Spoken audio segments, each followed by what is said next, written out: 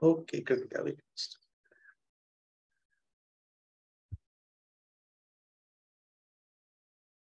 Hello and good morning, everyone. I welcome you all to this Sunday morning meeting of Young Indian Theosophists Group. So, today, as we all know, the session is all about guided meditation. And our guide for the day is none other than Brother Shikhar Agnihotri.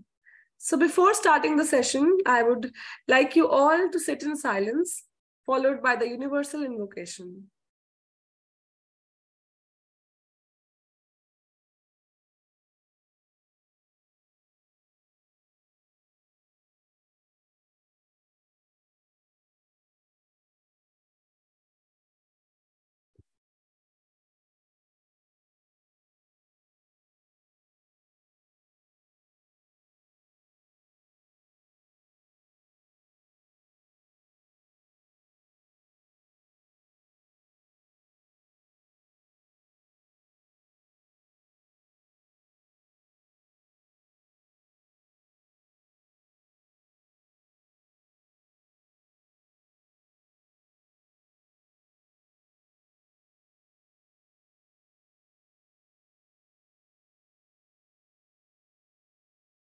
O hidden light, vibrant in every atom. O hidden light, shining in every creature. O hidden love, embracing all in oneness. May each who feels himself as one with thee know he is therefore one with every other. Come back, everyone, and thank you all for joining. So now I would like to welcome Brother Shikhar Agnihotri. And as we all know, and as he requested to cut down his introduction, so Brother Shikhar Agnihotri became a member of Theosophical Society in 2008, influenced by his mother, who is a long-standing member of the TS. He is the founder member of Pragya TS Lodge and Maitri TOS group in Lucknow. He is a national speaker of the Indian section since 2015. He has been given the duty of international speaker of the TS since 2019. And right now, he's volunteering at the international headquarters of the TS in NDR. And with this, I welcome Brother Shikhar for today's session. Thank you, Kritika, so much, and greetings to everyone from Adyar, and thank you for cutting short and still sharing a lot, because I don't know, that thought came to me just before this session. Thank you. So before starting the actual practical session, I would like to ask few questions, which I believe that the participants also are facing the same queries. So starting with the basic question, I would like to ask you, what is meditation? Okay, yeah, we all know that the people who are, most of the brothers and sisters who are in this meeting, most probably not only know about meditation, but also the practitioners of meditation. But still, since we are recording this video for many non-members or for young members also who may be having such query, so it's actually very vast question which has a very broad sense, because one is the term meditation, which what is the meaning, and then there are several ideas that have been attached to the word meditation. So we will be very brief, so that we cannot cover everything in this session. We can take them up in next sessions also.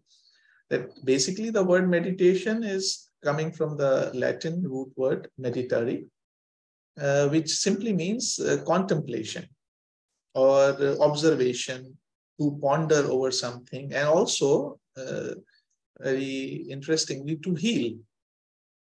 And in Sanskrit, the word dhyana, which is equivalent to the meditation in English, it comes from the root word dhyai, which also means to contemplate. And this dhyai word has the root of dhi, which in Indian tradition we understand it as buddhi or pragya, or intuition, which is the faculty in us to have a direct perception of things. And why it is direct perception? It means till now, are we having indirect perception? In a way, yes, through our mind. Because in our mind, we have a lot of conditioning, prejudices, and we see and perceive all the things through those conditionings. And when we see anything with a conditioning, we are actually not seeing the truth. It's like I'm wearing the green glasses or blue glasses, so I'll see everything green or blue, but those are the not true colors. So basically, this faculty of pragya or direct perception is higher or deeper than the mind.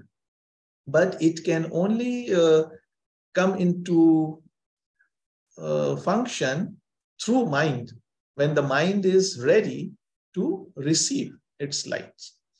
So the whole meditation is actually basically getting rid, as far as I understand, to get rid of the contents of our mind, the prejudices and conditionings, so that this light of buddhi can enlighten our mind, and then we have a direct perception, between the observer and the observed. That's why the word dhyana. And that is also, in a way, healing. Because all our emotions, like negative, positive, or whatever we can say, they are basically the kind of ailments that expresses themselves in some sort form in our body.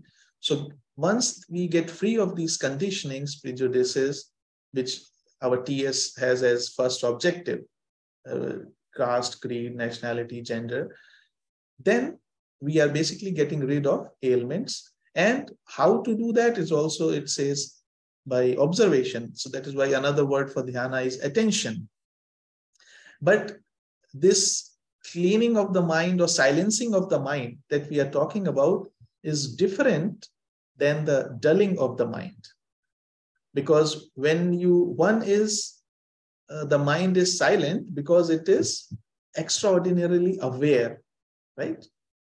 And another thing, mind is relatively silent because we have given it some work and it is just, repeating. So it has no distraction in that sense, but it becomes dull in that sense when we keep repeating something without understanding. So in a broad way, we can say that the dhyana or meditation is to heal by observation, and how to learn by observation about oneself. So it's an art of knowing oneself, and hence the art of knowing the cosmos. Thank you. So the next question, these days we see a lot of methods, a lot of procedures of meditation. So what to do, like which one to go with? What is the correct way? Okay, as I just said, the word meditation and the ideas attached to those meditation. And yes, earlier also we have discussed, if we search in Google and we see around us, there are, if not every day, every month or every week or something like that, some new technique or some new method of meditation comes out to attract people's attention and promising so many different things. What I didn't say in what is meditation is what I would like to share now, that what it is not. Meditation definitely is not a technique or a method. It is something when you understand the situation and you work accordingly, it's a spontaneous action. So all the methods which are there, and there will be different kinds of methods because they are different human beings. So each and everyone has their own thinking, or each of the traditions have their own approach.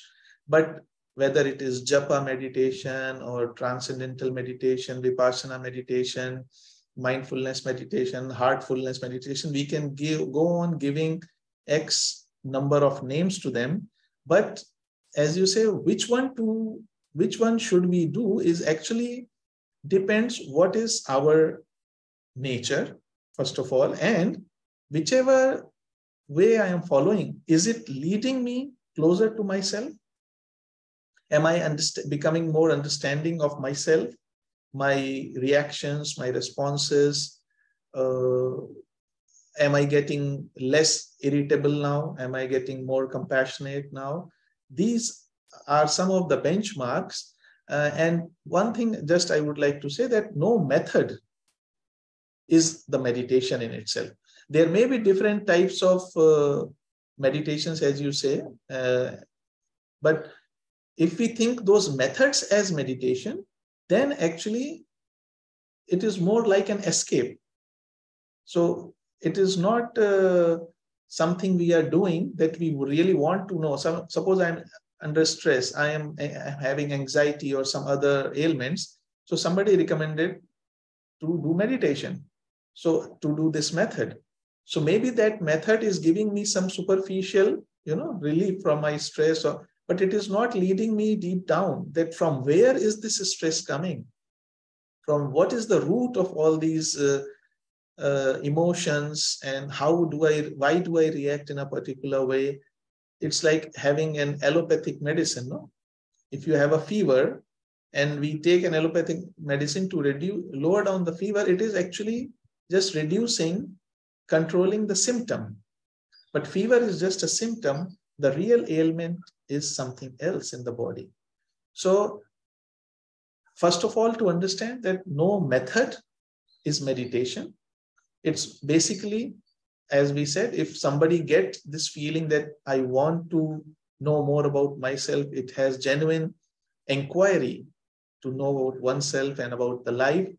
Of course, people will come initially due to, to get rid of some ailments, and then later on they will turn on. That is also good. But keep always in mind that no method is meditation. And apart from that, whichever method or preparation suits anybody and it's leading in the right direction, it's okay. You just used the word preparation. So what is the preparation for meditation? Preparation, actually, yeah, that is something very important, because everyone seems to give a lot of importance on meditation. But very few or only some people understand that there is a lot of preparation that is needed, because meditation is also a state of being in which is not in our control. It happens, but if the certain preparations are done, then it automatically happens, as I said. So preparation is the key for having a meditation. And even if we look at Patanjali's Yoga Sutras or Noble Eightfold Path of Buddha, dhyan or meditation comes at the very end or near the end. But before that, there is a lot of preparation by yama, niyama, and pratyahar, asana, pranayam. And similarly in Noble Eightfold Path, right concentration, right perception, right livelihood. Why is it that? See, our mind is also a creature of habit. So if I think just by doing a prescribed method, I will get success in meditation, it is not possible, because the rest of the time of the day, I am engaged in some totally different kind of activity. I am putting my mind in a totally different kind of activity, in all the things that I don't want. So the same habit of mind will continue through while we are sitting for meditation, which is in the initially everyone likes to sit. So I see some raised hand. We can take it later, Brother Raghuram. So the thing is that that preparation is needed. So that mind is already in that habit. So how can we prepare that ourselves first? Of course, because all these complications or modifications in the mind occur when we are not speaking the truth, when we are, greedy or corrupt in our normal life, or not a little bit of violence here and there, and all the things that are mentioned there. So once we live that kind of life, then automatically our mind, starts to become calm and calmer with less and less modifications, and that the same less conflicts, and the same thing carries over during the meditation. Then another is the preparation, which we'll just do before, when one is sitting for meditation. You may ask that why sitting for meditation, because there is walking meditation, this meditation, other meditation.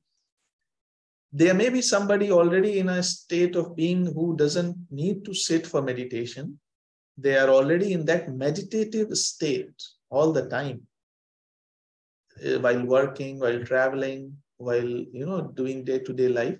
But since we have been so extroverted most of our lives, in the beginning we need, or those who think they need, a certain environment to help us move into that direction. And that is why the concept of sitting meditation, it does not mean, which many people think, that okay, we just do some time in the morning or evening, and rest of the time we can continue with our daily life as earlier. No, actually, that whatever time we are sitting in the morning, evening, or any time should affect or inspire or influence the rest of the time of the day. Then we are actually trying to live in that meditative state. So the preparation for sitting is because our mind, it is affected by all the things around us. So we have our physical body, our desire body, our thought, mental body. So basically we need a certain preparation, in the sense like sitting posture, or calming yourself down a little bit, closing your eyes.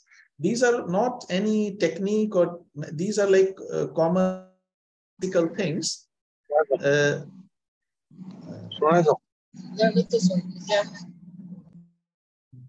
Okay, we can mute. Yeah. Yes. Okay. So these are some of the basic things. Like if you have to cook some food or some recipe, you will organize all the things first that you need. You cut the potato, cut the tomato, and keep ready, so that when you put the gas, all things are ready. So in the same way, you try in some way to bring your physical body, your desired body, and body to a calm state. And from there on, we go on to observation, attention towards breath, and then we continue on that path. So these preparations are kind of very important as far as I understand, and that is the reason that many times people don't realize, and they don't feel that they are moving ahead in meditation. Thank you. I would also like to ask that what is the right time for doing meditation? Right time for meditation is actually 24 hours. But since we are, we all are in, okay, I'm not saying all, because there are very senior members also here, but many of the young ones also or who are in that stage of practicing or beginning to practice. Of course, maybe they don't find themselves to be able to be in meditative state all the time. So, but it is recommended that, the Brahma Muhurat or Sandhya Vela, that is the meeting time in the morning of the night and day, and the evening time of day and night, and also a time in the middle of the day when the sun is just on your zenith on the top, which is midday, like half an hour, 15 minutes before to after. It is these three are recommended times because of some of the cosmical effects though at these times in the atmosphere, which are helpful or conducive for a person to slip into meditation. But it's like, but otherwise, if somebody say wants to meditate anytime, any other time, it's okay if the person thinks to. But these 3 times are generally recommended. But I don't think why we limit ourselves to those times. I see a lot of people doing meditation from a long time, but they don't observe much change in themselves. So, what could be the reason? Okay, I think one reason or one thing that I just discussed, that if we are thinking of meditation as a method, and we are just keeping it separate from our daily life, that okay, I have to sit for meditation because I have to do a certain method, and I did that method, and I go back to my usual routine of doing all sorts of things. So since we create this fragmentation in our life, it is not going to serve much purpose. Maybe while sitting, we can imagine or get some kind of peace or something, but that may be very superficial kind of thing. And actually, we are not knowing ourselves in that. We are getting entrapped in a series of experiences, basically.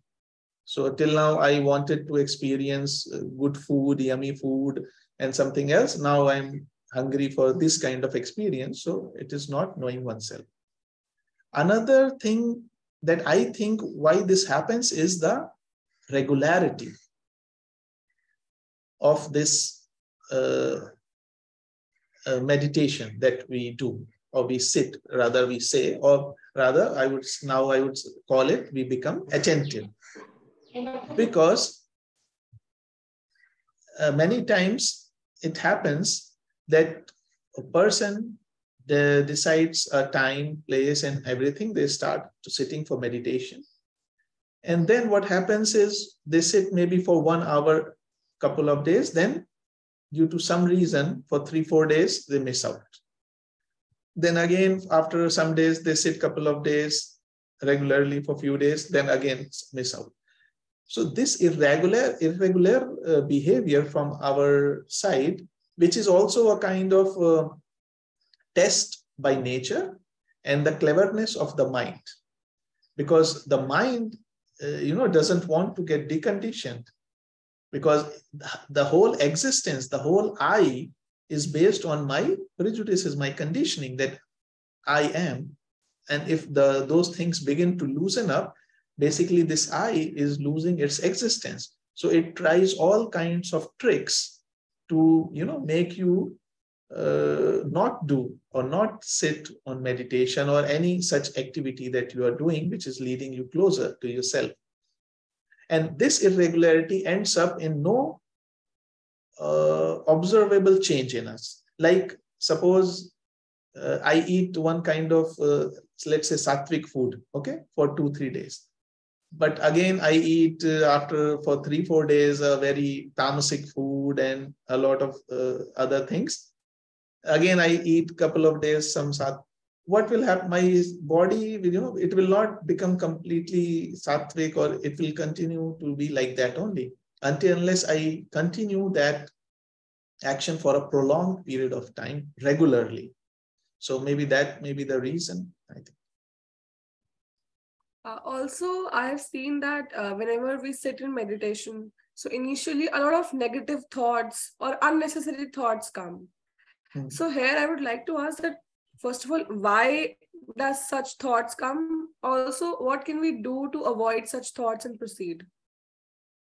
Yeah, that is actually, I mean, there is a lot of discussion that had with many people that happens, and that is actually quite natural, or it seems very unnatural or strange, because we think we are doing meditation, and why such kind of thoughts are coming? Because it does not happen when we are worshipping outside to a god or goddess, because our whole attention is outside. because till now we haven't actually looked inside. All our focus has been outside. So these things have always been there. Only now we are turning within and beginning to see inside. So now whatever is there in the, of course, in the all the kinds of the negative thoughts which are part of our daily life, they are there and they have not been resolved. So then when we turn within, and they starts coming out, and many of the people become actually scared of, so, and sometimes they leave this practice, which should not be done. It should be actually faced directly, understanding this fact that it's not that I'm doing meditation, that's why they are coming from outside. They are always, they have been there, only now I am actually becoming aware of them. So that is the first step of getting rid of them, because now I know. Earlier, even I did not even know. They were only expressing themselves in my behavior, my upsetness, my sadness, or my depression, anger, or proud. Now I'm beginning to see them. And the best way, what do you think, is to take the air out of something. And I think most of the people who are here and yours also, the more you engage with a person, like suppose somebody is angry, right? Or the more you engage with a person, the more you increase the situation. So the best way at that time is to be silent and just ignore, or just, do not react, do not respond to that situation. The same thing applies to these emotions or thoughts which are now coming up on the surface, and we are becoming aware of them. The same that we will do in our meditation session also. Do not react to it. Do not respond to them. Just be a witness, and you will see it will die down. Noted. So now today's program is about guided meditation. Yeah. So what is guided meditation, and is it really necessary? Okay, not at all necessary. So, but to all the delegates who are present here, it's really because guided meditation is on, first of all, it means, what is guided meditation? It means somebody is guiding it, right? Somebody is guiding it from outside, and we are following the whatever instructions and some things, how to go, where to go. It's like we are like there is a tour guide, and the guide is giving us the directions where to go, what is happening, those things. But why I'm saying not at all necessary, in the same thing that I said for method, we should remember that no method is meditation. Similarly, we should not depend on anything external. This session that we are having is basically as an introductory session, because many young people come, and many people who are, not young maybe in physical body, but new to this aspect of life. So this is basically to give them an idea and an inspiration and a spark above all, that they begin to practice it in their daily life. This, we are having this session once a month. So it is just like a seed. And also I would request that although we will do certain things, it is not at all necessary, mandatory, or anything of that sort. You can develop your own meditation, or actually the preparation, basically. Meditation, of course, is everybody goes in that stage. And maybe every day is different situation. Maybe right today, I'm in a very meditative mood or state, and I don't need any preparation. I just sit and I begin to, observe my thoughts, and everything is happening. But maybe tomorrow I had an argument with my colleague or my friend or my family, and my state of mind is very disturbed. So maybe then next, when I am sitting in the meditation, I can follow these, or I am coming from a long drive or physical activity. So I can do these preparations to calm my mind, and then, they will help into slipping into meditation. So that is guided meditation. And again, I'm saying it is not necessary, because nobody was there to guide Buddha, or nobody was guiding Jesus, or nobody guides. The only guide in us is our higher self. And that is why beyond a certain point, nobody from outside can guide anything. The only guidance can be given for the preparation. The meditation, when the person slips in, is their own journey and own discoveries and own exploration of their own self and of the cosmos. Thank you so much, Brother Shikhar. Brother Raghuram, do you still have a question, or shall we proceed? Sir, kindly unmute. Yes, sister. Still, I have a question. Yes, sir, please. Am I audible? Yes, yes.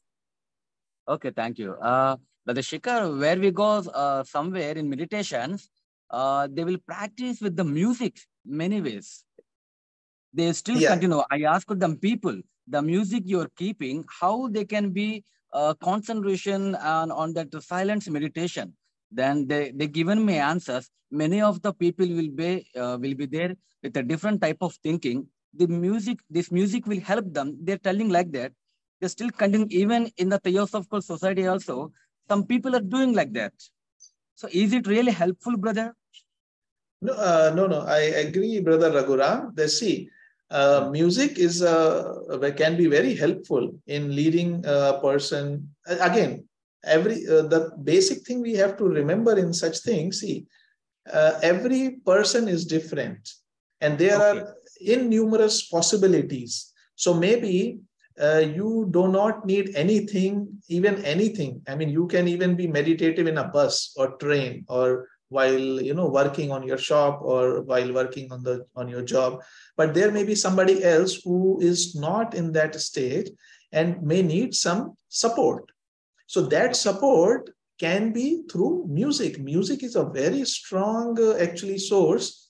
And why do you think the devotional songs, when people, or chanting of Om, is such a integral part of this in this life, satsang or bhajan and devotional songs? It is because of that. But very important thing, it is up to the person that he or she should be aware that he should not become dependent on it forever.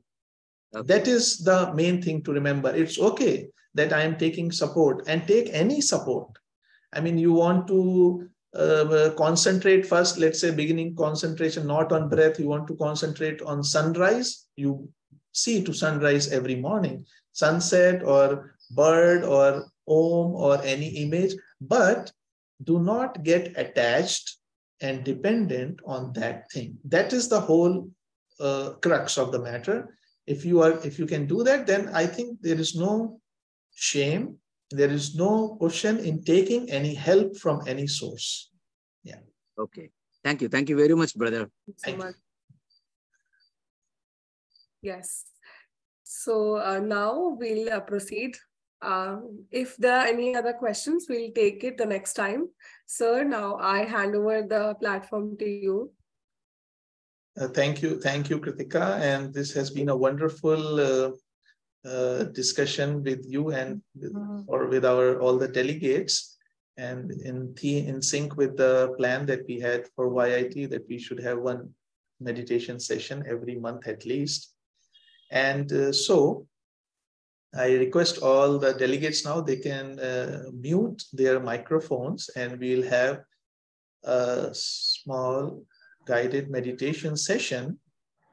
And thank you. Yeah. So first of all, we can mute all our microphones, please. Yes, sir, I'll take care of that. Proceed. Okay, thank you.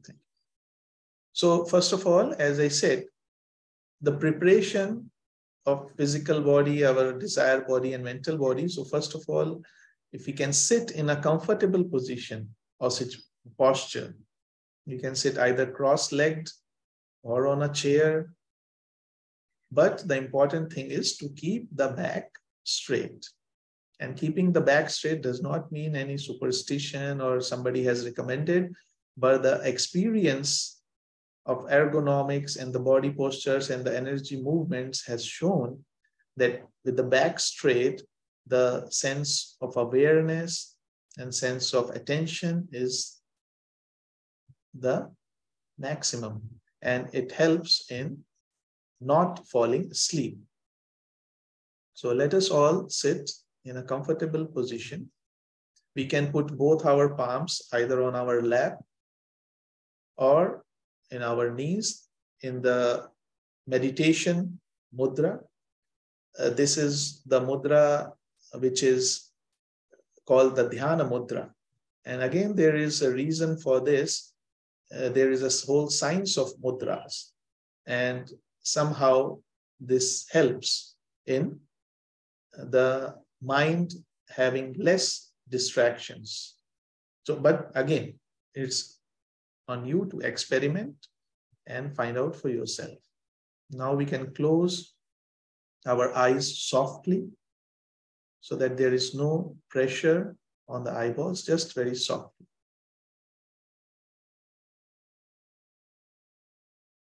And now, let us start by taking 3 deep breaths. And deep breath,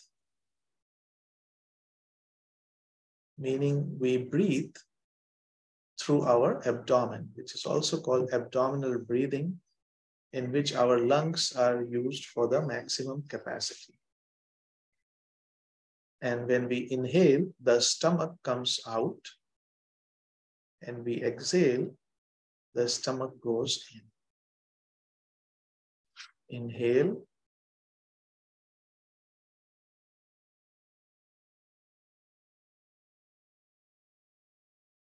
Exhale. Inhale.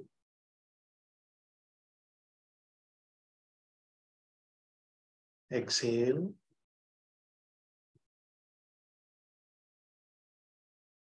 Inhale.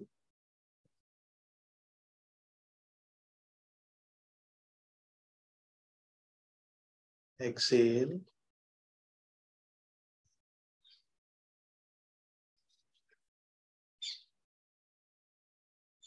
And observe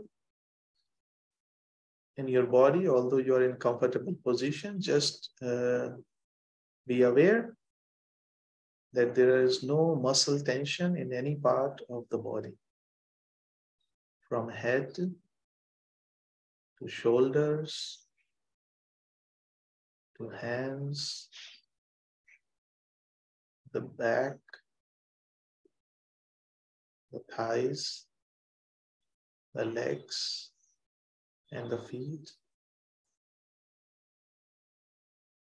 Just see that there is no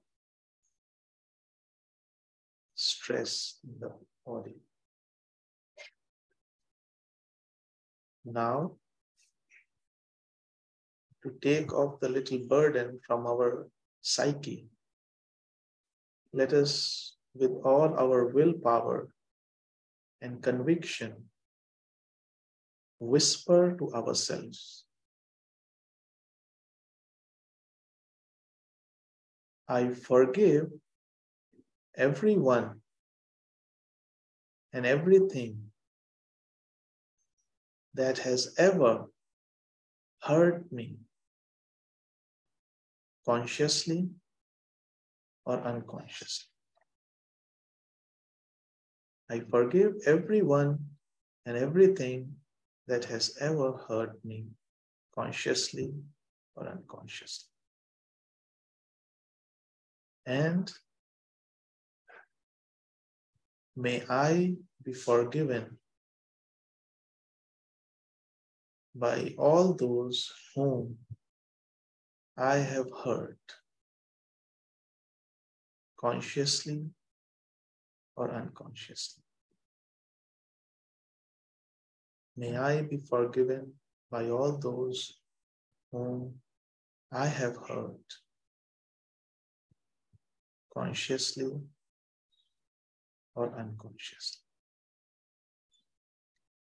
The deeper the conviction, the willpower in this thought, the more lighter and calmer you will feel, because the feeling of revenge and guilt, the sense of separation from the other, creates a lot of modifications in our mind. Because ultimately we are one. And any sense of separateness immediately creates this stress. Now we will chant 3 times the Pranamakshara Om to our lungs capacity.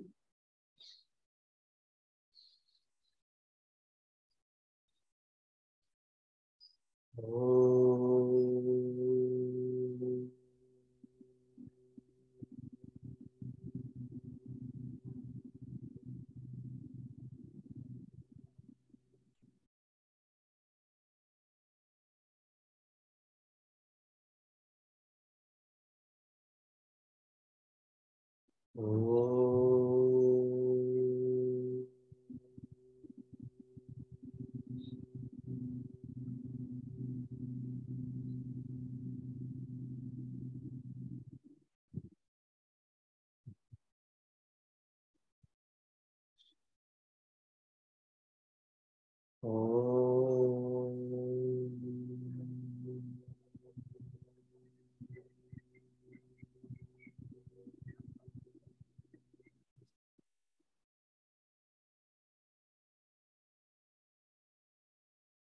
Chanting Om is also not attached to any religion, but it's a sound about which H.P. Blavatsky also has written in Secret Doctrine the various effects that it has, one of which is it brings our bodies, physical and subtler bodies, in harmony, in a sense of cooperation. So now, our physical body, our emotions, and our desire and mental bodies being relatively calm, let us put our attention to our breath, our breathing, our inhaling and exhaling. But do not associate anything, any mantra or any thought or any other image with this observation. Because we are trying to see the things as they are. So just become aware of the breathing at the nostrils, the air going in, the air going out. No breathing exercise, no pranayama, not even trying to change the rhythm of breathing. Just observing the rhythm of breathing as it is.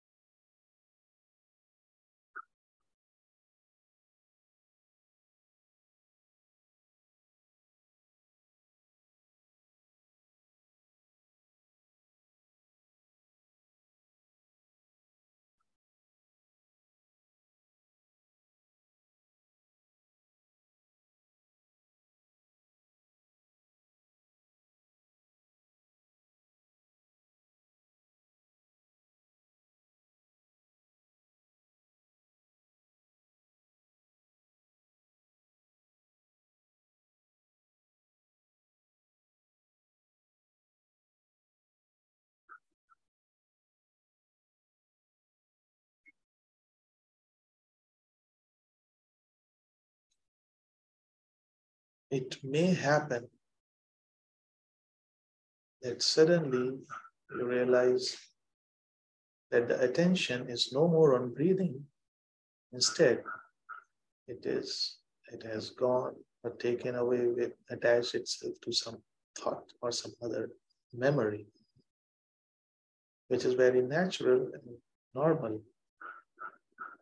In such situation, the very state of ours becoming aware of this inattention becomes attention. The moment we realize that we were paying attention to our breathing, our dhyana, our attention comes back to breathing without any fighting, without any struggling with that memory or that thought. No matter how many times we lose our attention,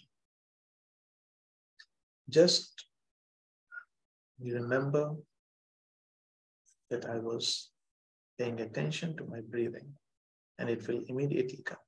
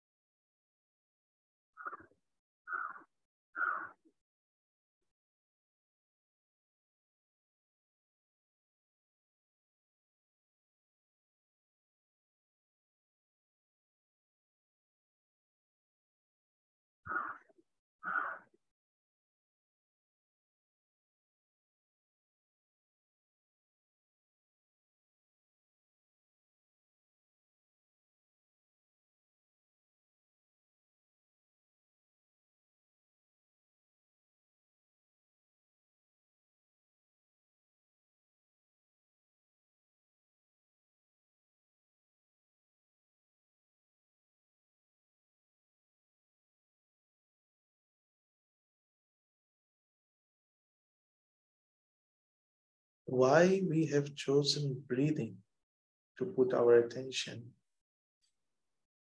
also needs to be understood. We can put our attention to anything, as we discussed before, on an image, on an idol, on a form,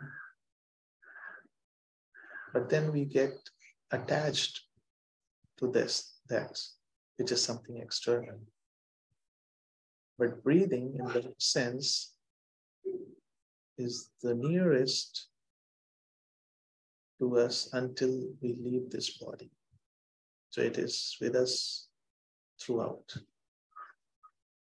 And secondly, the breathing and the mind are very mysteriously, closely interrelated. And we might have observed that breathing, the rhythm of breathing changes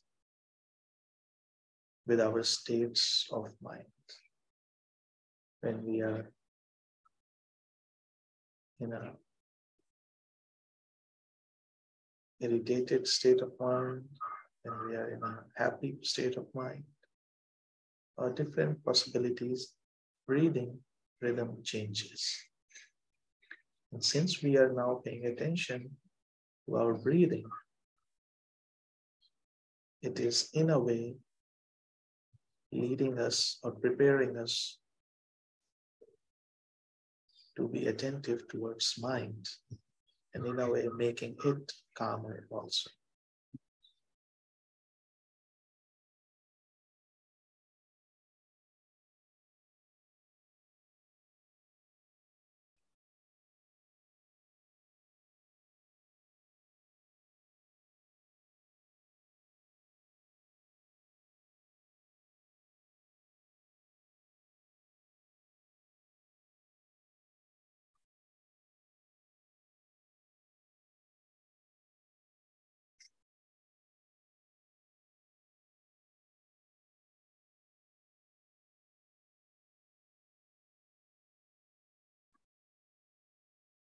Now,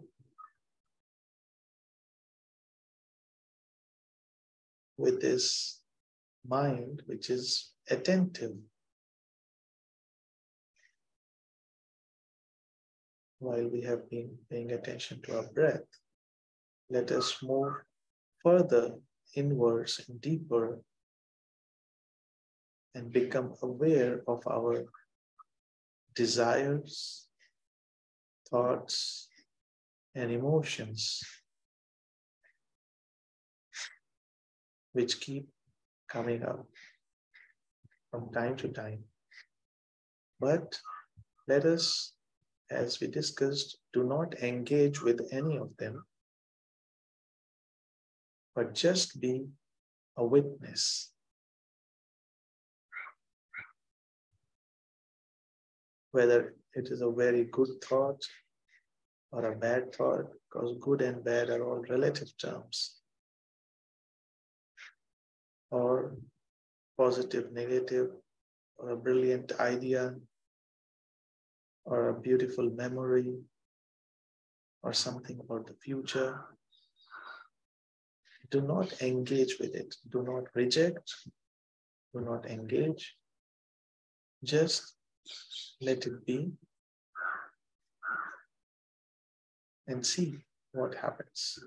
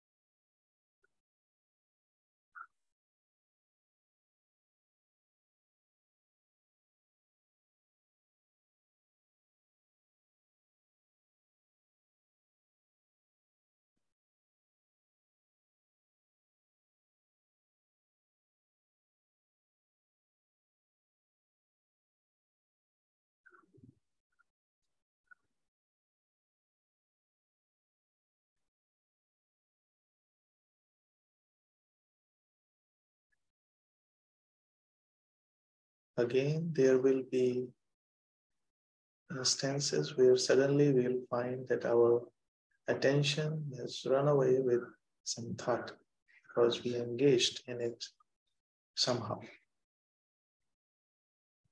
Again, we try not to engage because it is not happening now.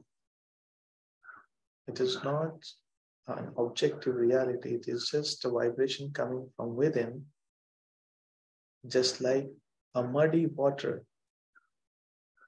The mud is floating on the top. The only thing is to do is to wait patiently without interfering in it, and gradually the mud settles down and the water becomes clear. And in this case, whatever thought or desire or vibration that we do not react to, actually we become free of it because it has died down, because we have not given any vitality, our mental energy to it. And that is how the sanskaras of innumerable births that are being stored, that are yet to come. That is why it is called burning of the sanskaras in the flame of wisdom, flame of awareness. So just being aware,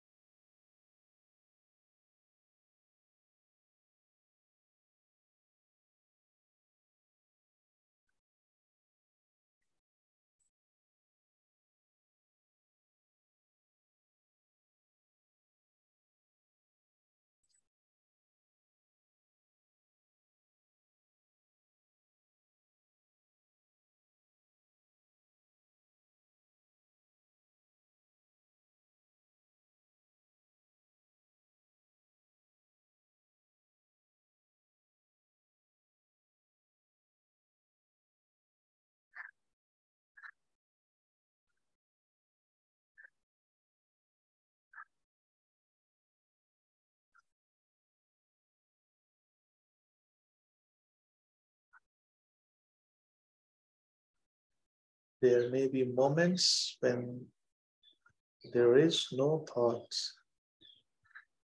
no desire that is coming up. And I'm sorry if I am disturbing that space in you right now, but that is also to know that that space between the two thoughts is the consciousness, the awareness, the wall, the screen of consciousness on which all this movie is being played upon. Our mind, our brain processes 70,000 thoughts per day, which almost means a thought per second. So we do not, in normal state of being, are able to experience or be that space between thoughts. But now when we are gradually becoming aware of this process, we may get such spaces between rising of ending of one and the rising of another. There is a space without any thoughts.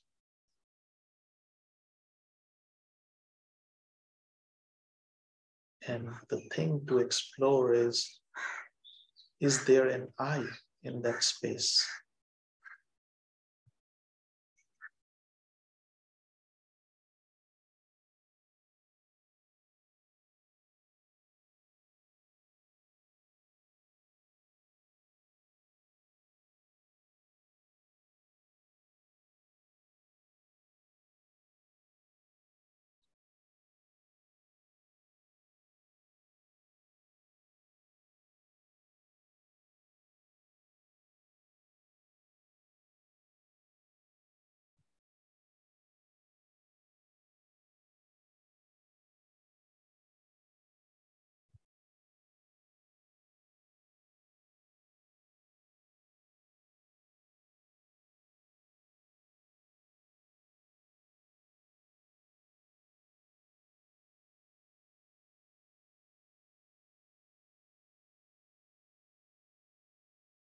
Now, gradually,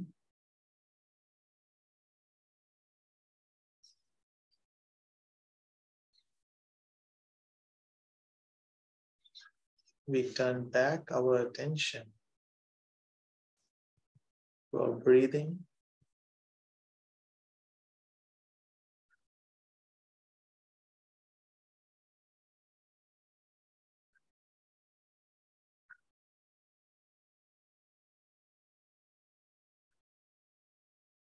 Gradually,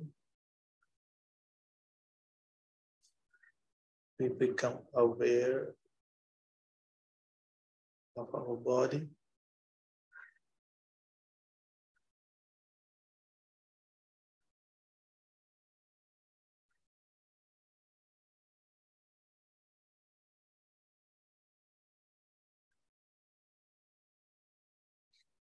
And before opening our eyes,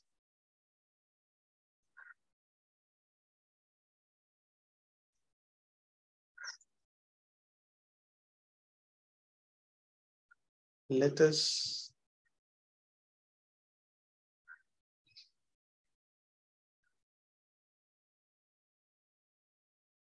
realize the essentiality, the necessity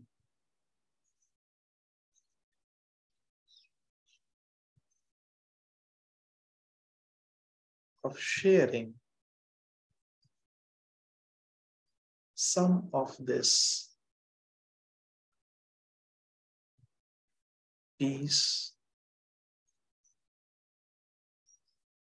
or bliss with the rest of the manifestation. Because this is not for oneself only.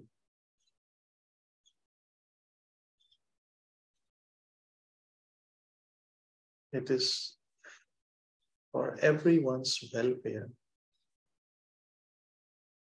And so let us all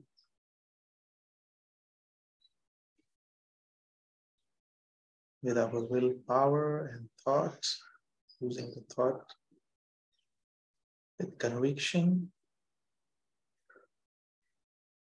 put this thought in the universe that may all be happy. May all be peaceful. May all be healthy. And may all become spiritually awakened so as to make this world full of love, compassion, and peace.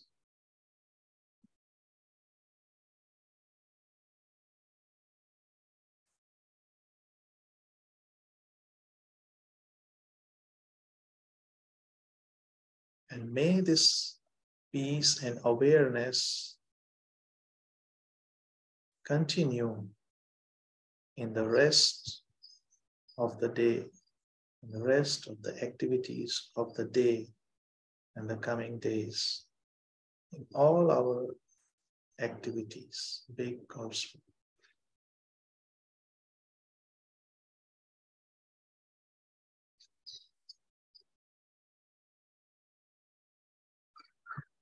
We can slowly open our eyes and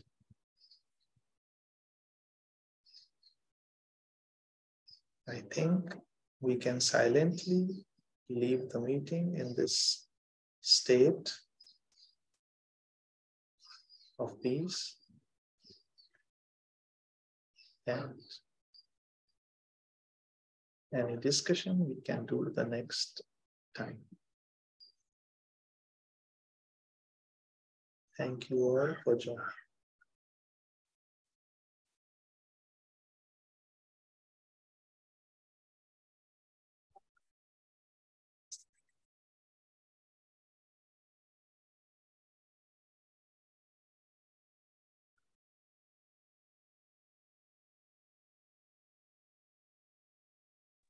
Thank you so much, Brother Shikhar.